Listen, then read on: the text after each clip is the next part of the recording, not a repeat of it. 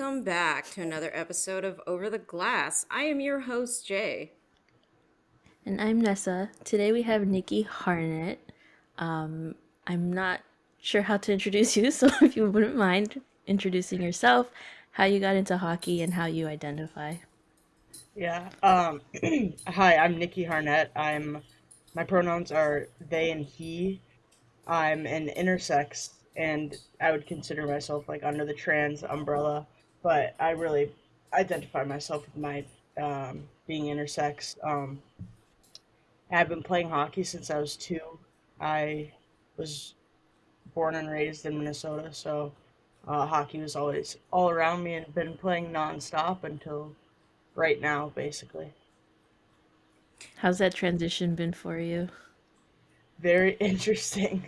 Very, especially as a student athlete and somebody that kind of struggles with not having a schedule, being away from having like set times for everything has been super hard, but super bored watching movies for the first time in a long time and playing video games and just being like a not a student athlete, and it's been interesting. That's for sure.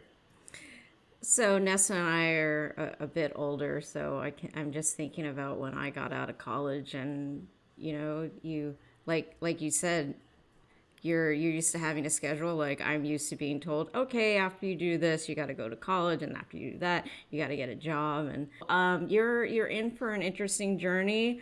But some of the things that we're going to get into later, I mean, it sounds like you've got some passions outside of hockey. But I guess let's start the conversation with we did see that you had done some interviews in the past, and one of the things that not only, growing up in one of like the biggest hockey markets in the US, you also mentioned that you had seen your brother playing. And correct me if I'm wrong, was he also playing goalie? No, he wasn't a goalie, but I think I probably mentioned one of his teammates. Uh, but yeah, like so we had that like kind of sibling rivalry growing up. Um, but I really like just wanted to be kind of like a part of his team, and I just like I saw myself in like him and his teammates, but I kind of also knew that they didn't really see themselves in me. Um, because back then I was like still like the only girl on the boys teams and stuff, but I didn't see myself that way. Um, but yeah, so my brother was like a huge role model to me, more than he definitely more than he knows. Because he stopped playing hockey kind of young, but yeah, the my brother was a huge impact on me, especially early in my career. What do you love about the goalie position? What kind of stuck out about that? It's really just it's a different sport being a goalie. Like I don't know that I would play hockey if I wasn't a goalie. Um, because it's just like you're all alone down there, just completely separate. It's 99% mental, and that's like the hardest part of it. But also all the pressure's on you, and my style of play is really kind of old school, and so I like to have a lot of fun with it and kind of hurt my body a little bit, but still, I think it's the most fun position to play, and I don't think that I'd be playing otherwise.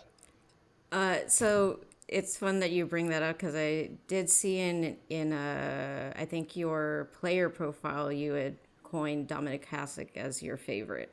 Is that still true? Yeah, So I yeah, I can I absolutely. can see what you're talking about with your playing style. I did watch a couple of the highlights of your from some of your games, and I can make the connection with that style of play.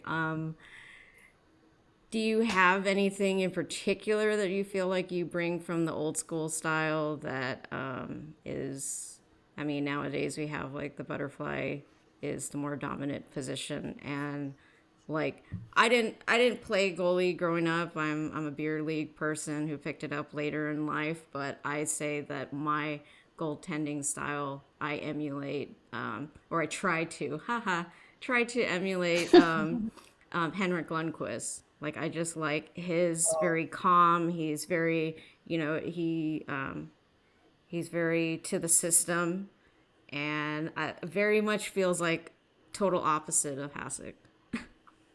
Yeah, I was gonna say that's like the last person people would ever compare me to. Because I think my a lot of people would view it as an issue was I didn't get goalie training until I was a little bit older.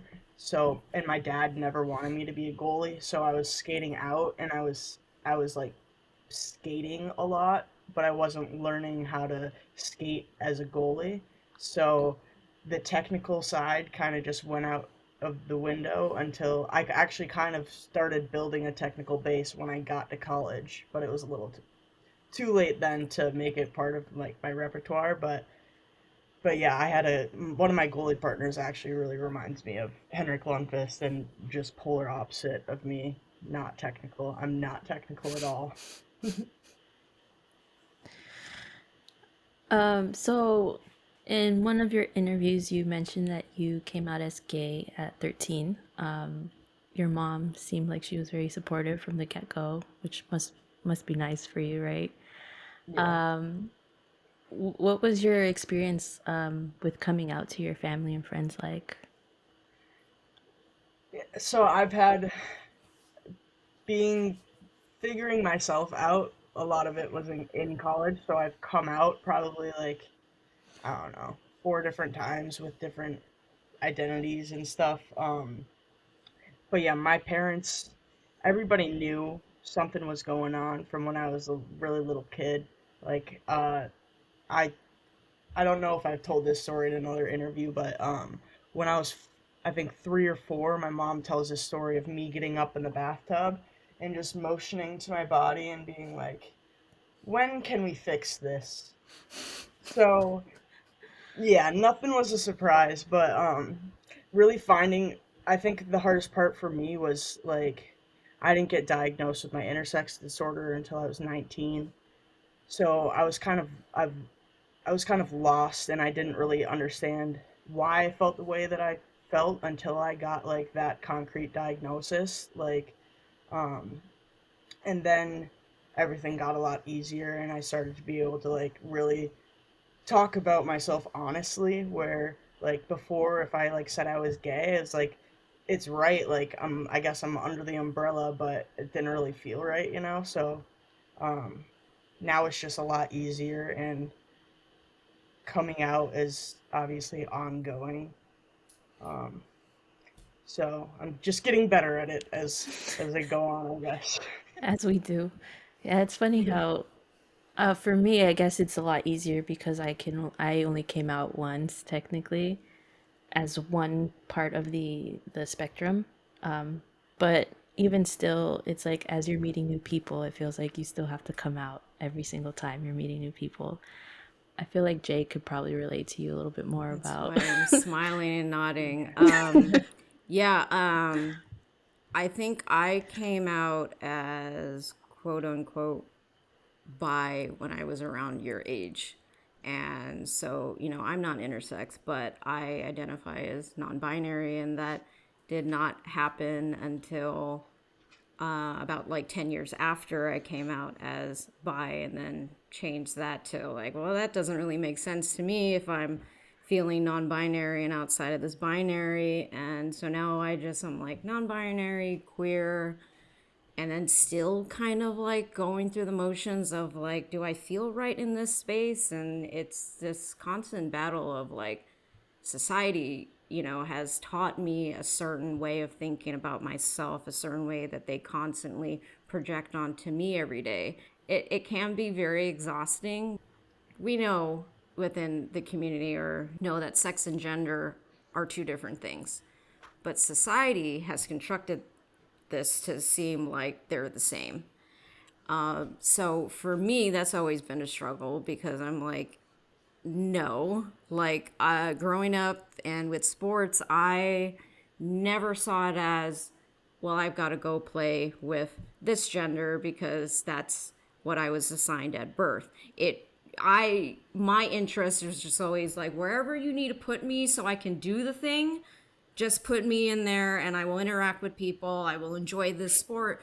I'm curious to know, given what we know about sex and gender as an openly intersex person in sports, how has your experience been with the binary system in sports? Um, yeah, it's been super difficult, and just like what you were just talking about, like wherever you need me to go, I'll go. It's just like I can picture myself sitting in rooms and just be like, don't divide by boys and girls. Please don't make me choose a side. Just like, that.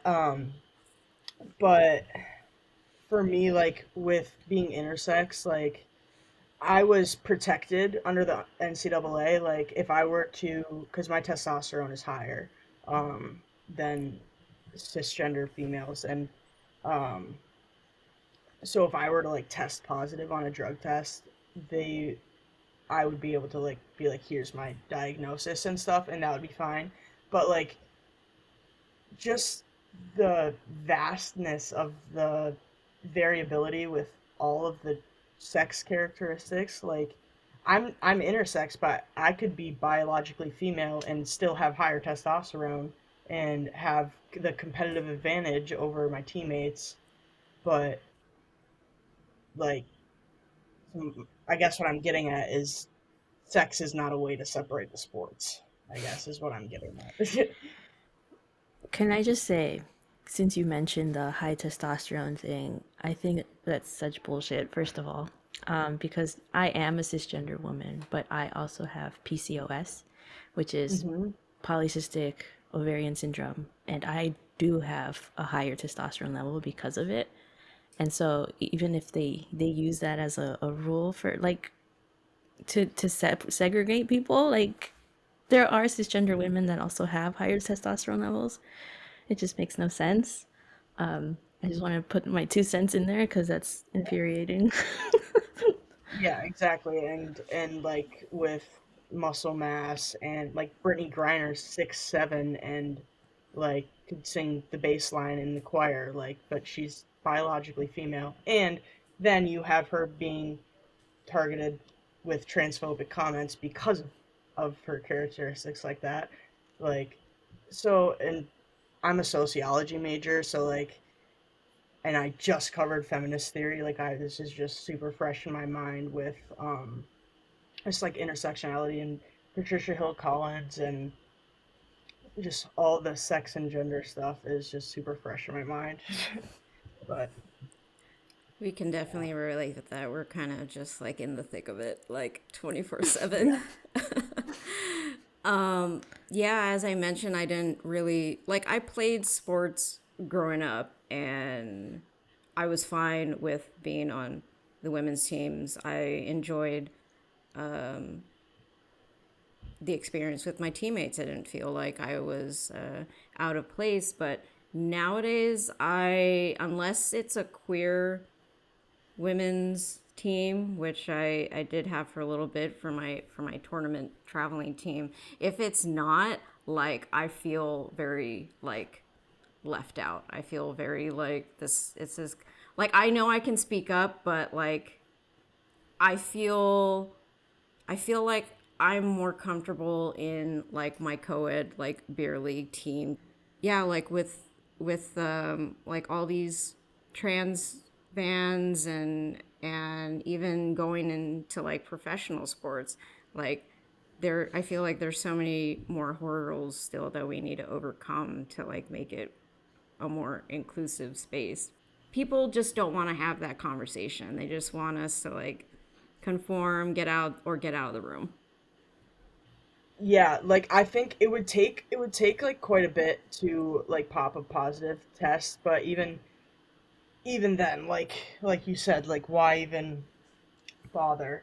Because testosterone's not the only thing at play, and stuff like that. But oh, what I was gonna say was my issue a lot, most like a big issue that I have with it is like the facade that it's about saving women's sports and that women's sports are such a big concern, when the only time we hear people talking about equity in women's sports is when it's trans women competing. And like at my school, hockey is like the top sport, and so we're both the men's and women's team are treated pretty well, but like we will literally have a game and they will be at our game outside advertising for the men's game, or and then the next Saturday the men will play before us and they won't be advertising, or we'll go down to sit for a pregame meal in the dining hall and there'll be men's stuff but not women's stuff. It's just like small marketing stuff like that. It's just like there's so much inequity between the men's and the women's side, but they do not care about that. The second you bring that up, it's all about, oh, well, the ratings and all that stuff. And, so it's just, that's the part that really frustrates me is that they're just kind of feigning, they're feigning that they care when they don't. They just are very full of hate. No, it's just an excuse they use to whatchamacallit, hate and to separate and divide everyone into these stupid categories.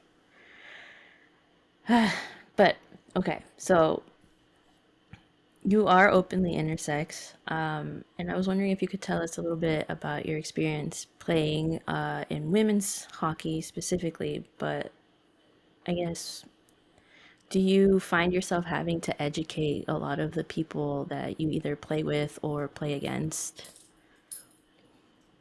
Yeah, so I've had a really good, and like my team is super accepting and open, and I had top surgery in the middle of my career, like, so my coaches were super welcoming. But yeah, I mean, there was a lot of patience required from me, um and education. Like a lot of my teammates don't come from places where there's a lot of any type of diversity. um but I was really surprised how fast and how they all got on board. And like, because I wouldn't expect that from hockey to be as welcoming and open as they were. Um, I don't think that I would have had the same experience at a lot of different schools. So I think that I was really lucky, but still, it was really hard. Like going into a women's locker room every day and like being in that environment was probably like one of the most uncomfortable things for me, that I didn't realize how big of an effect it had on me until after I was done and I wasn't doing that every day. It was just like that the anxiety that would start in the mornings as I would like start like heading to practice and stuff wouldn't happen anymore, and I'm just like not in that put in that uncomfortable situation where I'm like I'm not supposed to be here. Like I really felt like I wasn't supposed to be in that room with my teammates. Um, so I think it like, and I didn't realize it until after I was done, like just the weight that came off my shoulders kind of, and not getting misgendered every day.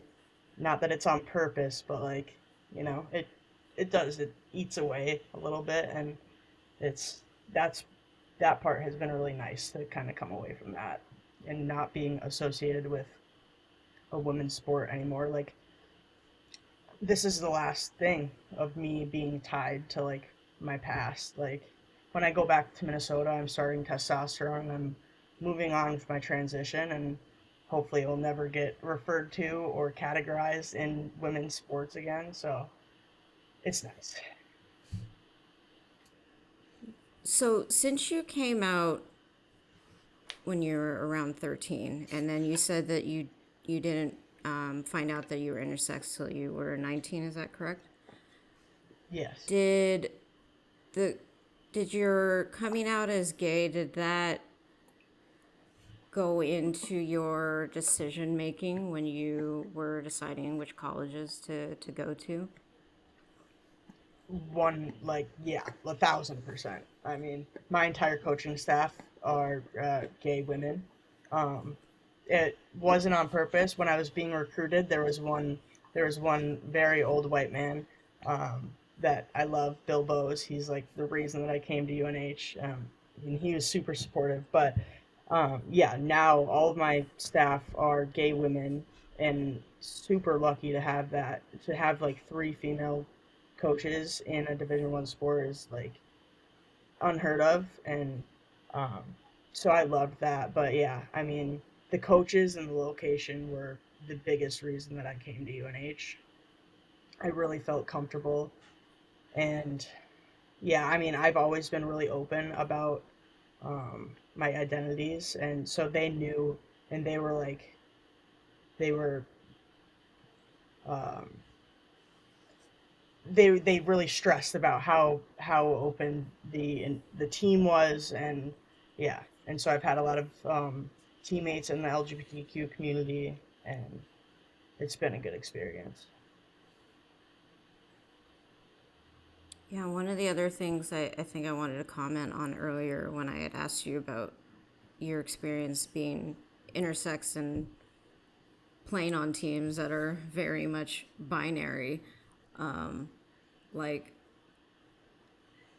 I think it's so helpful to have, such an inclusive team where you can be surrounded by folks who see you and you can be open. And despite the fact that, you talked about how it's a bit of a relief that now you won't be associated with women's hockey, you not identifying as such. Like those are kind of the experiences that I feel like I can relate with from your experience, because like I've found inclusive teams, but it's like if I go and play in a women's tournament, it's like the majority, everyone outside of my team see me as a woman, and everybody's like saying like, let's go ladies, blah blah blah, and I'm like, oh, okay, I'm just like, I'm just here to play the sport. This is, I enjoy my team. This is, it's like constantly having to like, remind myself that like your people want you here, like you're,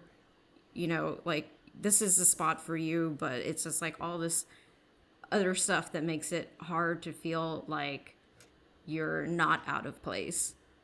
And I mean, I Yeah, hope that even though it sounds like you won't be moving forward with like any, next level aspect of your hockey career, but hopefully when you go back to Minnesota, if that's kind of where you hope to kind of, reclaim as your home base, if you do,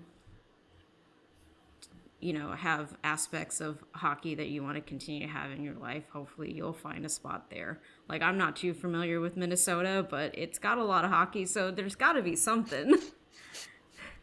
yeah. There will be ample opportunity. I've coached for a number of years, and I'll probably continue to do that. I don't see myself staying away from the game for very long. Um, I'll get lost. I think I'll get a little I lost mean, you've about been it. playing it So since you're two. Like, it's just kind of yeah, in your What is DNA that, at like this point. 20 years? yeah. Like I learned to skate a couple months after I was walking, and then just on the ice all the time. So yeah, Outside of hockey, you mentioned you're a sociology major, and was wondering like why you came to the decision to study sociology and why you feel like you want to become a civil rights attorney when well, you've already graduated, so I guess for your next education. yeah. I like don't even remember what drew me initially to sociology. Like I came in my freshman year and I was like, that's what I'm gonna major in.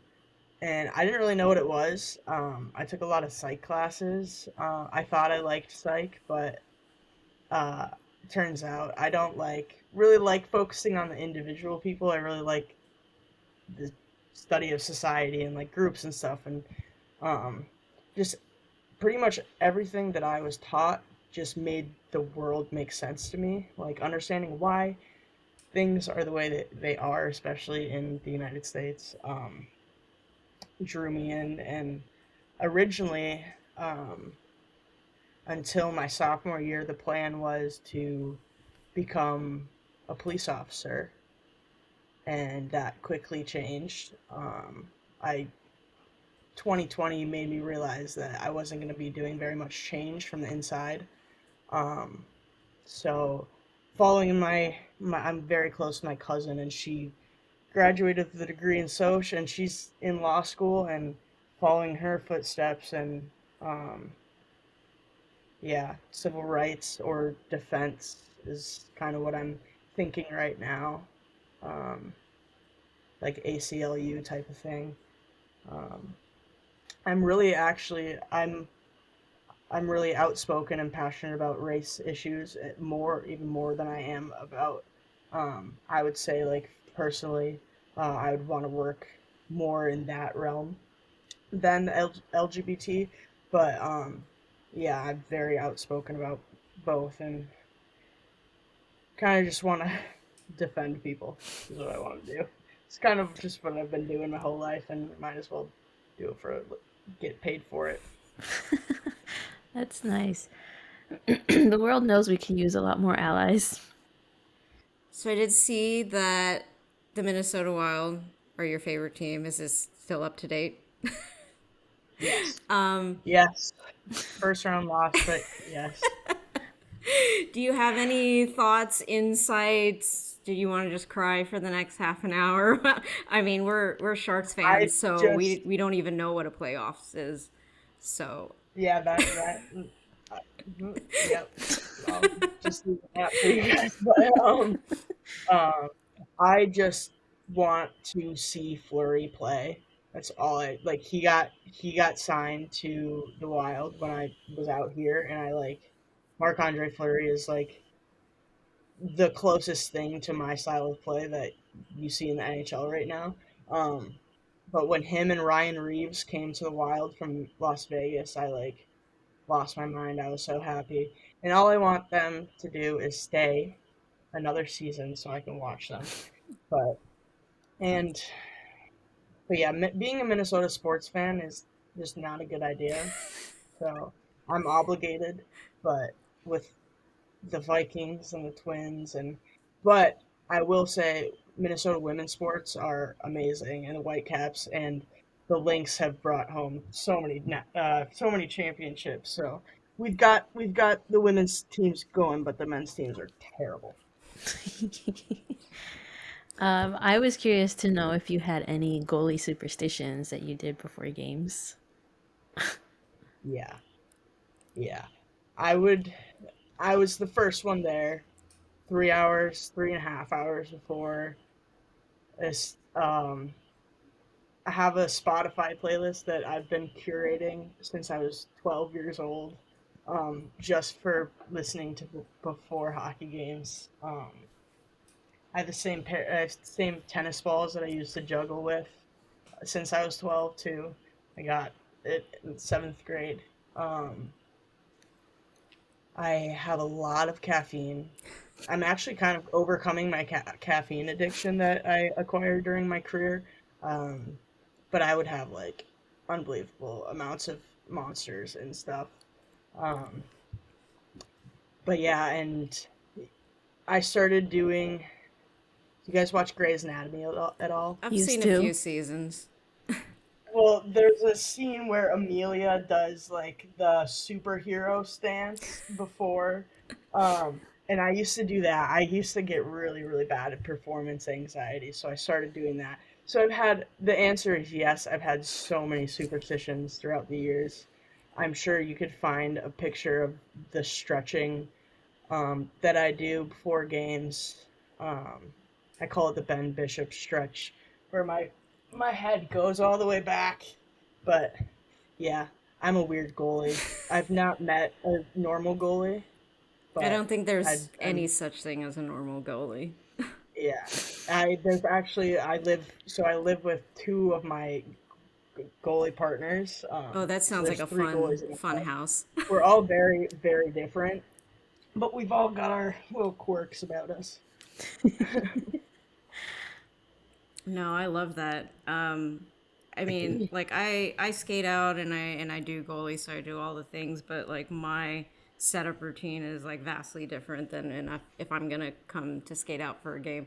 If I come to skate out for a game, I'm showing up maybe half an hour or maybe 15 minutes before the game because I just have so much energy that if I and it's gonna take me like less than 5 minutes till I get all my gear on. So I don't want to have so much time in between me getting there to me hopping on the ice because then I don't know what to do with myself. Versus if I'm going to be in net, I'm showing up an hour before. I'm like, I've got the playlist thing, like you said too. I don't want to be in the locker room with everyone else. And I've got the whole process, and I just want to like kind of not. I need to just focus. Like if I there's one game where I couldn't find parking because this was in Oakland, and it just like downtown the parking lot was closed for whatever reason for a while, like across the street. So like I ended up rolling into the locker room maybe like 10 minutes before the game was gonna start. I didn't even get warm ups in. I just hopped in, and then they dropped the puck, and I'm just like so frantic and like Was it the best game ever though? Did I you don't play even out of your remember mind? to be honest, but like I just hate to be in that mindset. Like that's a perfect mindset if I'm going to go out and skate cuz I'm like, yeah, let's go. But like goalie, I'm like, no, no, no, my eyes haven't even adjusted to the ice yet. Like I don't even know what is happening. Yeah. See, if that was me and all that stuff happened and I was late onto the ice and then I went and I played well, all of that would have to repeat Oh itself no, the no, next no. time. That was far too much anxiety Yeah. that I needed. Like Yeah. yeah, I honestly I probably played okay, but like I don't like to hop onto the ice with like being anxious. Like I want to just be Yeah, no, like and that's focused, like let's go, let's play this game. Like it becomes a game of like chess when you're in net, but like when you're skating out on the ice, it's just like you're choose your own adventure type of yep. mentality. But what is your hockey pet peeve? Defense blocking shots with their sticks or their skates. The amount of goals that I let in off of my teammates just throughout my career, like not at UNH, like in high school before. Just when people try to block shots with their sticks, or they stick my least favorite was when they just stick a hand out like that, and then I'm it just helping. goes right off the hand, or the hand will be like right here, and you just yeah, not a big fan of being screened by my teammates. Like, If you could, oh, go ahead. no, no, go ahead. Oh, I was just gonna ask the next question. Oh, I was just gonna comment on like every now and then, like I'll sub in for one of the lower tiers than what I usually play in, and like I'll have to like the moment the defense like comes right in front of me, I'm like, yeah, you can move. It's okay. I don't need your help. Like you're actually not helping me. You're actually Yeah, frustrating me right now by standing right in front of me. Or like, oh, go over in there and play with that person. Just leave me yeah, alone to do what I need to do.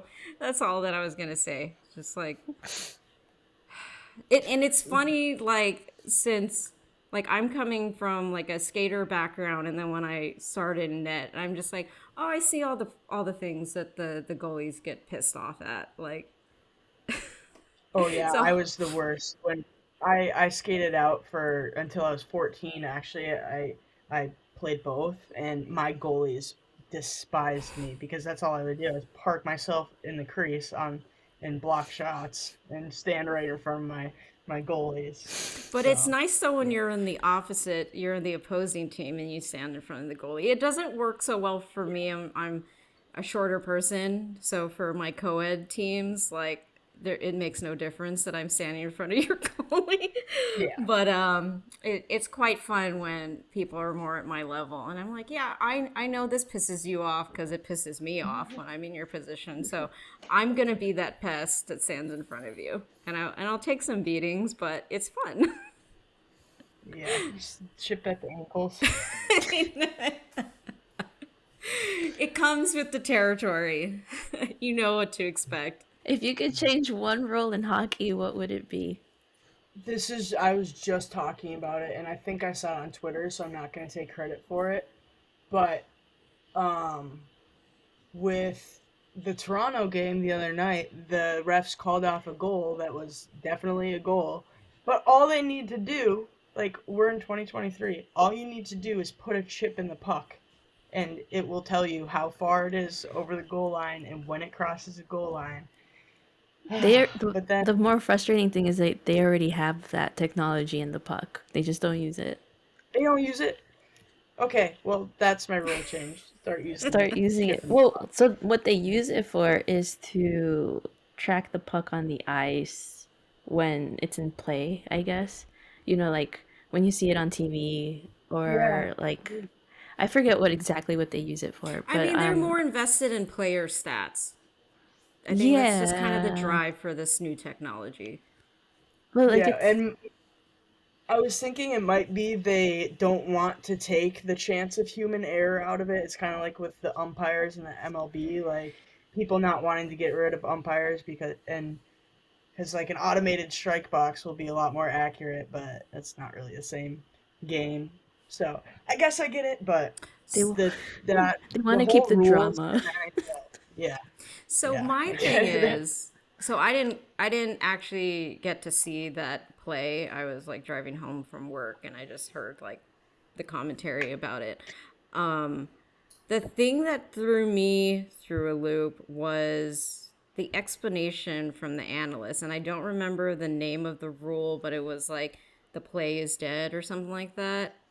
Yeah, like I think the play I wasn't I also was I was at the Red Sox game, so I was just following along.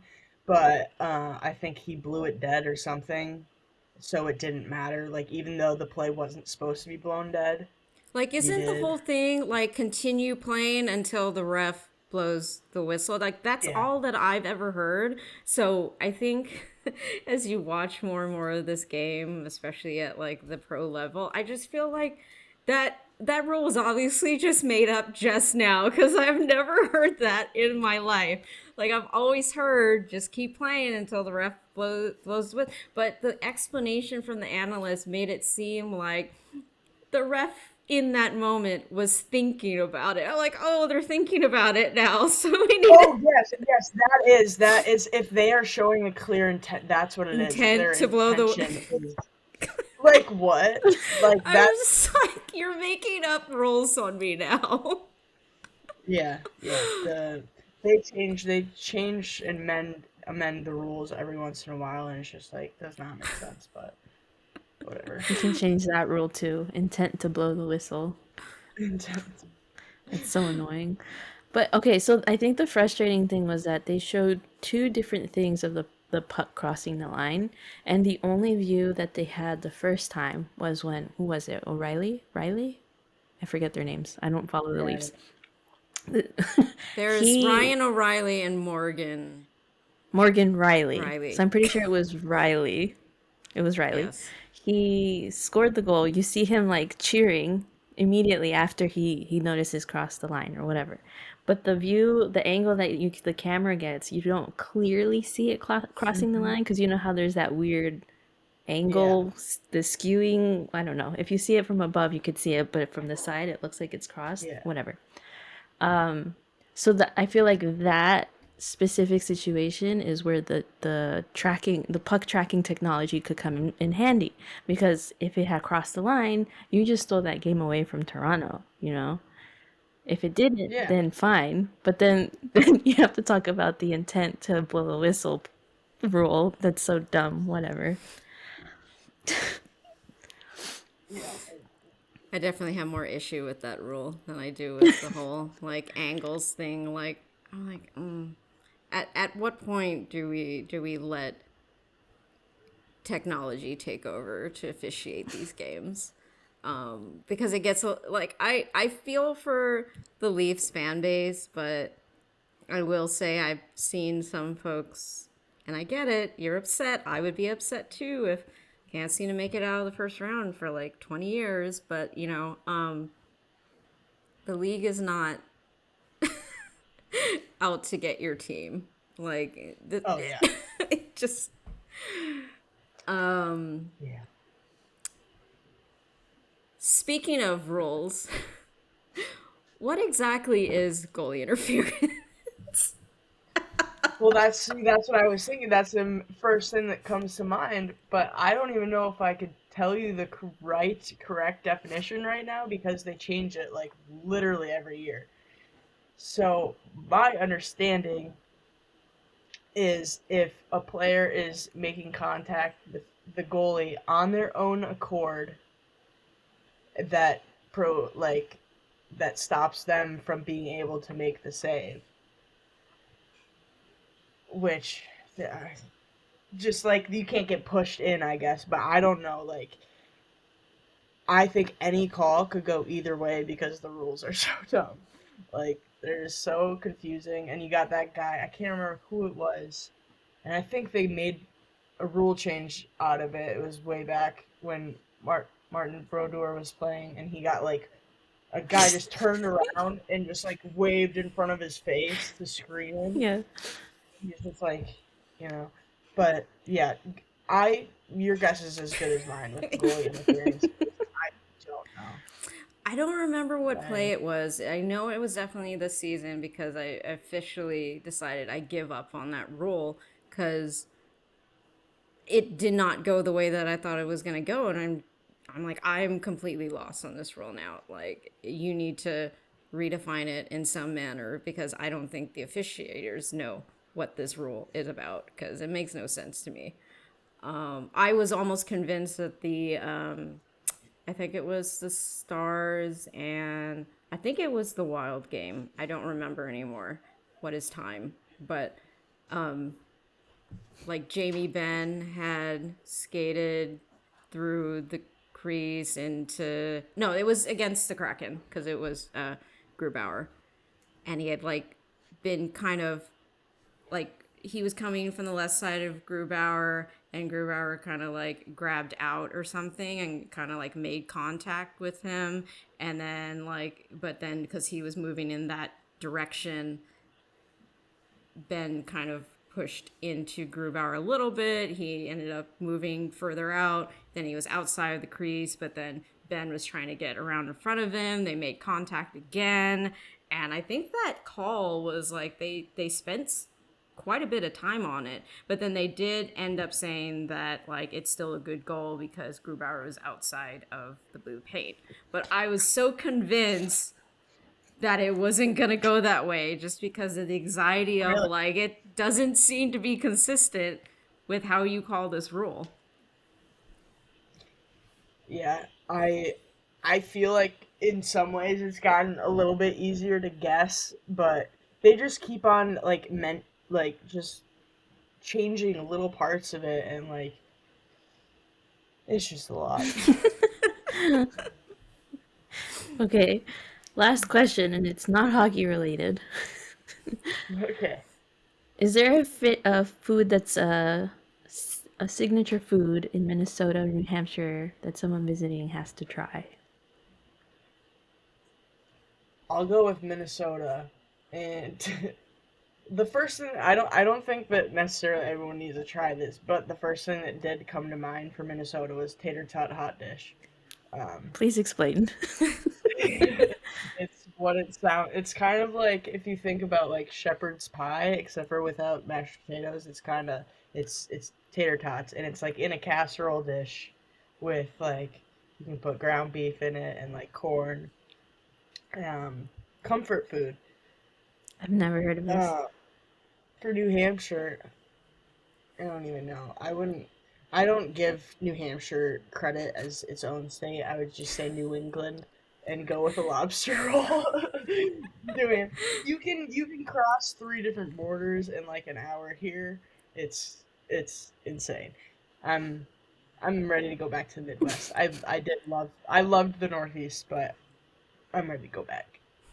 That's how I feel every time I leave California for an extended period of time. Like I'm ready to go back to California. So you guys, are you in San Jose? You said? Jay's in San Jose. I'm about an hour out. I've only been to San Diego It's pretty when my brother was Marine, but yeah, it's pretty far from where we're at. yeah, yeah. It's about like a 10-hour drive from here, I think. Or at least from where Are you I'm at. really? Yeah. That's crazy. California's big. It is big. I Yep. didn't know it was that big. Huge. Well, Wow. yeah, we're long versus like Texas is huge. Mm. So, And I've driven through both. I very much dislike driving through Texas because it takes forever. Yeah, I'm leaving in about a week here. Then the drive's like 23 hours and we split it up, but most of it is through Pennsylvania and Indiana and Ohio and it's very flat and it's very boring. Yes. I literally just got back from a road trip a couple weeks ago and I drove through there. It's not the most exciting view when you're driving, but it also isn't the worst that I've seen. So, No. Texas. Never been, doubt I will ever. Yeah. I would say if you ever, for some chance, end up going there, like Austin is great for like a couple weeks, That's what I've heard. and then you can leave. I spent a couple years Houston living has a there. couple cute things, but I mean, sure, if you want to drop I in, went. if you want to make it more of an adventure. Yeah. Do you know what my favorite state to drive through is New Mexico, but the northern part of it. It's really pretty. I have not been to that corner of the country in a long time. A long Well, time. you have no obligations now. You're a graduate, so you can Yeah. do all the things now. Before you start law school. I know for sure. Yeah, Get some traveling I am in. taking a gap year, so Nice. we'll see. Nice. Yeah. All right. So that's all we have for you today. But thank you so much for coming on. I had a lovely time speaking with you. Thank you guys for having me. Thanks. Like for real, thanks for reaching out. Well, actually, I reached out, but thanks for answering. You know what's funny is I reached out through my personal email and I was like, wait, this is gonna sound sketchy. I forgot. I didn't realize I was on the podcast email, and I was like, oh God. But thankfully you They're responded, gonna so be like, junk. Oh man, and no, it probably did get stuck in a file, but I get so paranoid about missing important emails that I comb through every week. So Oh, we're we're lucky. if I missed you, it wasn't gonna be for long. So All right. So thanks again for coming on. And as always, I am your host, Jay. I'm other host Nessa. Thanks for joining us. Thank you. Bye.